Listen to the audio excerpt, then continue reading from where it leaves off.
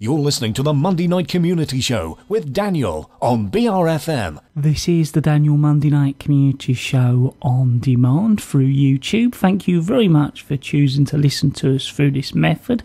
If you'd like to keep up to date with when I add new interviews, then subscribe to this channel. Now it's time for our regular book club slot with Lauren. As always, it's good to see you here in the studio. Thanks for having me again, Daniel. I've been looking forward to coming back. Well, I'm sure our listeners have been looking forward to the review as well, and hopefully some of them have been reading the book, or maybe they've read it or not going to read it yet, and let's give them an insight into it. And I know you wanted to sort of introduce the book and the genre of young adult. So I've had a few people get in touch with me that have read the book. It is Eleanor and Park by Rainbow Rowell.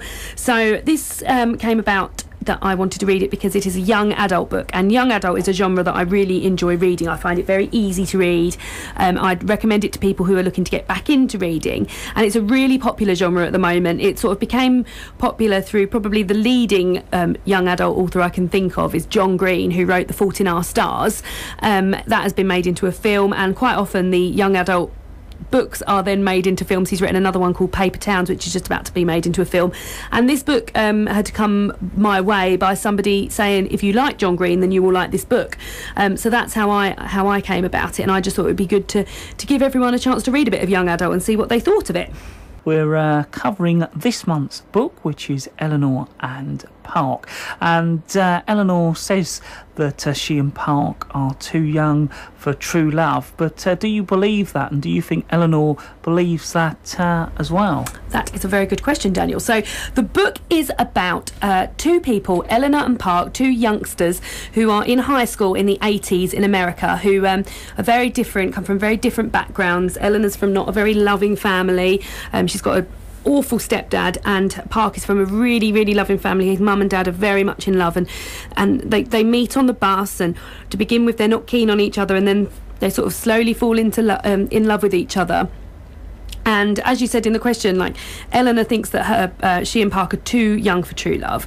So I don't agree with that. I think it's very clear that these two are very in love, and it's very cute and lovely. The whole book is very, very cute, and I think if you like a little love story, then this is definitely the book for you. I had a few people get in contact with me with regards to this question. Katie, who contacted me via my BookTube channel, said, I think that the kind of love that you experience at 16 is quite different from the kind of love you experience when you're a bit older. With Eleanor, it's hard to tell what she believes. She's had such a troubled home life that perhaps she's becoming cynical, but also perhaps she says things like that as a defence mechanism to lessen the chances of her getting hurt. I also had Steph from Sittingbourne contact me, who said, I don't believe Eleanor and Park were too young for true love, and I think Eleanor is only cynical because of her mum's history with love and the views on love that she has seen. Laurel from Raynham says, no, I don't think they're too young for true love. I love the way their relationship developed. It was so sweet and touching. Eleanor hasn't had much love in her life, so maybe she doesn't trust that she can have a loving relationship. So I think they're all very similar points of view, that everybody thinks that they are not too young for true love. So that was the general gist on that one. And this time we're talking all about this month's book, Eleanor and Park.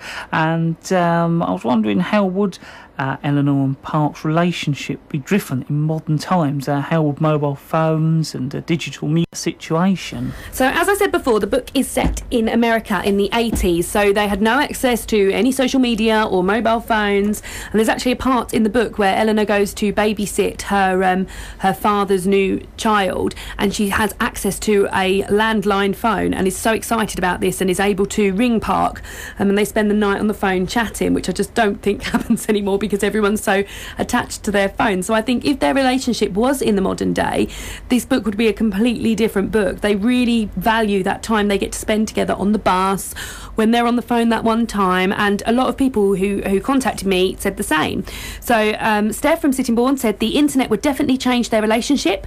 You only have to speak to young people to see how Facebook, Twitter, Snapchat, etc. can put ideas into their heads, change their views on people, or make or break relationships. Although for Eleanor and Park, I think Eleanor having a phone would have actually helped build their relationship quicker, and maybe she wouldn't have been so nervy at the start. So Katie, she said they might have had more freedom of communication. Eleanor being able to phone Park from her father's house becomes a very big deal in the book. I think it would be a different sort of love story if it was set now. Laurel says, I suppose they would be more in contact via mobile and internet if their story was set in 2015, and there wouldn't be the agony of waiting until they saw each other again.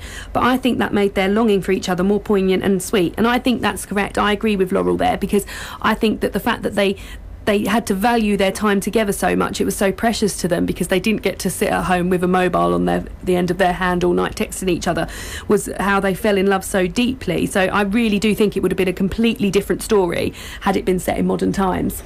And how does Eleanor and Park's parents shape their outlook on their relationship and the future? So, as I said earlier, Eleanor and Park come from extremely different family backgrounds. Eleanor's mum has a new husband, Richie, who is not a very nice person at all, and it all sort of comes to head at the end of the novel, but I won't go into too much detail in case people want to read it. I don't want to spoil it. And Park's parents are so lovely and cute together.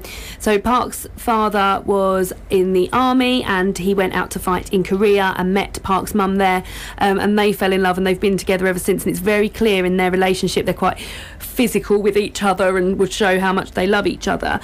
So yeah, they definitely come from different backgrounds, and I think that their parents really shape their outlook on their relationships in the future. For example, something that was quite obvious when I was reading the book, and a lot of people have mentioned to me, was that Eleanor's very cynical about love. She never tells Park that she loves him, even though it's clear that she does, and he's happy to say that he loves her, just because I'm not sure she's really sure what love is, like, because she's never been around it.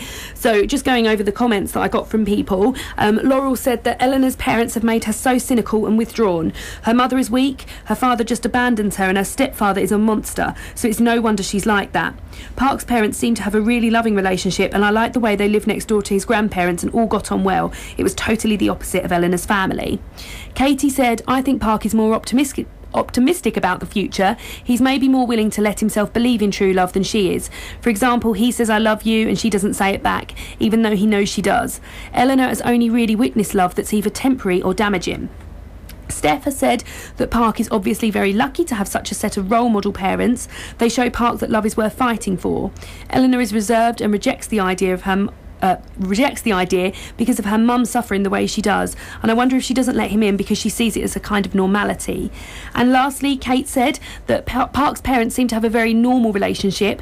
It's loving, caring and kind, and this seems to have a positive impact on Park's life, his upbringing and his ideas on what love is. He says when he's sad he thinks of when his parents met and when they got married, and that she feels that Eleanor's parents have shown her what she doesn't want to have for her future. Was Eleanor right to run away, or should she have left her brothers and sisters behind? And was there more she could have done to help them? So at the end of the novel, and if you want to read the book and you don't want any spoilers, then turn your ears off now, because at the end of the novel, Eleanor has an awful running with her stepfather, and it becomes apparent that he has been sort of torturing her mentally for many months without her sort of realising that it was going on, and she runs away and leaves her mum and stepfather and her brothers and sister, and she goes up about a 6-hour drive away. Park takes her there, drops her off, and he says, oh, please contact me, and she says, yeah, I'll call you, and she never does. She sort of starts her own life there, and he doesn't hear from her for months and months and months. And then right at the end of the novel, he gets a postcard in the post from her, and it says 3 words in it, and actually Steph has just been in contact on Twitter wondering asking what the 3 words are, and I think it's left very open, that it could be words like maybe I love you, or I'm coming back, or something. I think it's left in a hopeful end. But in regards to whether Eleanor was right to run away, I've got some comments here. I mean, Kate said, to be honest, I think I would have done the same in her shoes.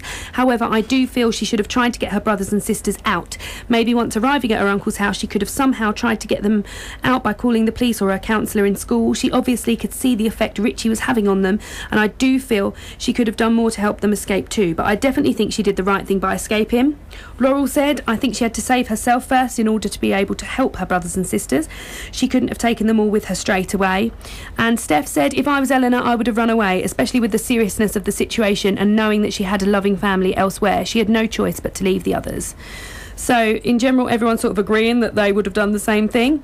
In regards to this book in general, I really enjoyed reading it. I flew through it. It's a, as I said earlier, it's a young adult book, and they're not not hard work. They're really enjoyable, easy, nice books to read. And if you're looking to get back into reading, then young adult genre is definitely something I'd start with.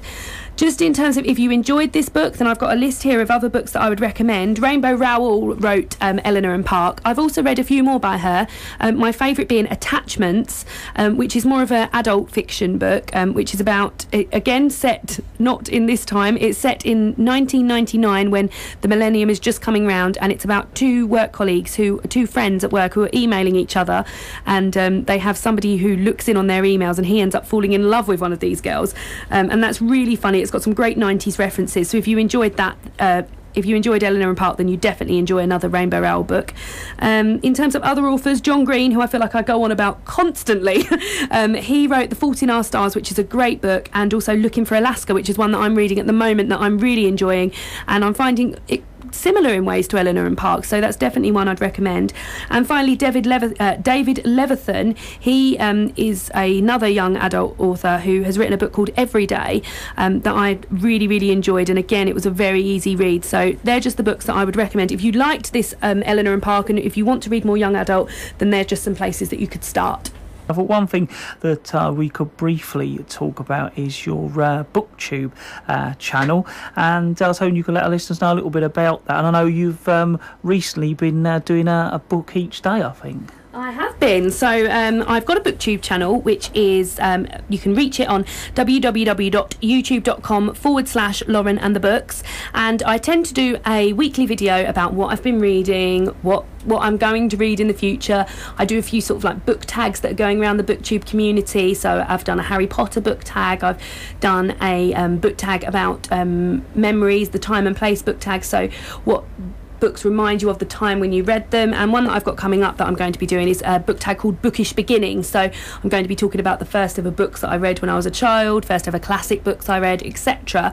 And it's just a really fun thing that I love to do. I love to talk about books, and doing it on camera is something that I've become very keen on doing. So, and I love watching other people's BookTube videos, because you really get a lot of recommendations, and it's really good to see what other people are reading and what's popular, and it's just a really fun place to be. And I'd recommend, if you're looking for a book recommendation, then to definitely at least check my channel out, but there's some other channels on there that are really, really worth having a look at. And as I said, you can have a look at that on www.youtube.com/Lauren and the Books. And I was hoping you could let us know what our next book's going to be. Of course I can. So next month I wanted to take a book from a genre that was also very popular at the moment, which is the fantasy genre, and I've decided to go for the book Stardust by Neil Gaiman. Now, Stardust may be very familiar to some of the listeners because it was made into a really successful film in 2007 under the same name, Stardust, which I didn't realise this started as a book by Neil Gaiman. So that is what I've decided to go for. It is, if it's anything like the film, which I've heard it doesn't stick strictly to what the film is, obviously it was a book first, then it's slightly different to the film. So I'm looking forward to reading it. I've just got the bump here from the back of it. So it says, life moves at a leisurely pace in the tiny town of Wall, named after the imposing stone barrier which separates the town from a grassy meadow. Here young Tristan Thorne has lost his heart to the beautiful Victoria Forrester for the coveted prize of her hand. Tristan vows to retrieve a fallen star and deliver it to his beloved. It is an oath that sends him over the ancient wall and into a world that is dangerous and strange beyond imagining. So that's the book that we're going to be discussing next time. I am planning on perhaps reading this on my Kindle. I haven't read anything on my Kindle in a while, and I've been looking at that. It is $5.99 on the Kindle at the moment, but I have seen the actual book of it on Amazon, and it is a beautiful, beautiful book, so I do feel tempted to buy that too. If you want to read this book and you'd like to answer some of the questions that I have on it, then please contact me either by email, which is laurenandthebooks@gmail.com. You can contact me on Twitter. I'm at LaurenTheBooks, and also, as I mentioned earlier, my YouTube account is www.youtube.com/Lauren and the Books. Lauren, as always, thank you very much for coming on. We look forward to next month. Thanks for having me. That is our regular book club slot with Lauren here at the Monday Night Community Show. This month we were covering and reviewing Eleanor and Park.